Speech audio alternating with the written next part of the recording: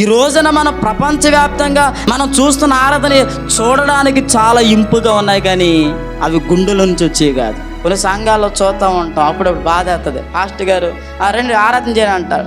ఈ యవనస్తులు వస్తూ ఉంటారు, ఏ పాట అరే బాగా ఉద్యమం వచ్చే పాటలు ఉద్యమం వస్తుందంట. పాటలు వచ్చే ఉద్యమం దేవుడు ఉద్యమం, దెయ్యం ఉద్యమం. అది ఆత్మతో ఆరాధన చేసేటప్పుడు వచ్చే ఉద్యమమే పరిశుద్ధాత్మ ఉద్యమం. స్తోత్రం చెప్తారు గట్టిగా. బాగా స్పీడ్గా ఉన్న పాట తీరా అన్నాడు కుర్రాడు. ఏ పాట తీయాలంట గట్టి చెప్పండి అంటే వీడు స్పీడ్గా పాడితే వీడికి ఆరాధన చేసినట్టే. అరే ఈ టైప్ రిథం కొట్టి ఇలా కొట్టి నువ్వు ఇలాగ చిక్క ఆడిచ్చేయాలి, కనుక నేను వాళ్ళందరినీ చక్కచక్కలు ఆడిచ్చేస్తాను. వీడి ఉద్దేశం అదనమాట.